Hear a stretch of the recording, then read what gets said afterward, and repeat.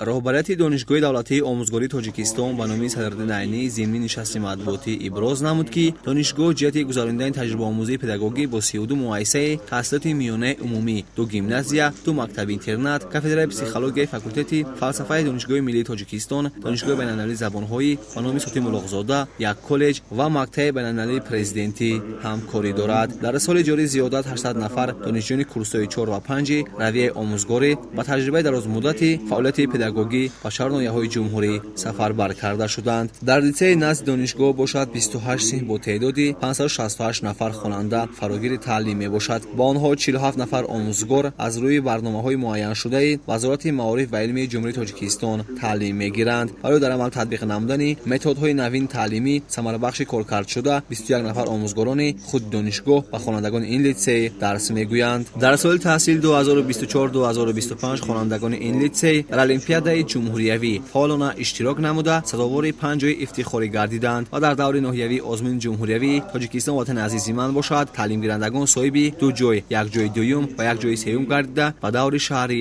роҳ хат гирифтанд. Дар даври шаҳрӣ 2 нафар хонандаи литсей дар номинатсияи сарояндагӣ сазовори ҷойи сеюм гардиданд. Хонандагони литсей дар даври ноҳиявии озмуни ҷумҳуриявӣ Фуруғи Субҳи донои китоб аст, сазовори ҷойҳои якуму дуюм гардиданд. ҳамзамон дар озмуни ҷумҳуриявӣ Илм Фуруғи маърифат бошад, алалхусус дар даври ноҳиявӣ сазовори 8 ҷой, 2 ҷойи якум, 2 ҷойи дуюм ва 4 ҷойи сеюм гардида ба даври шаҳрӣ роҳ хат гирифтанд.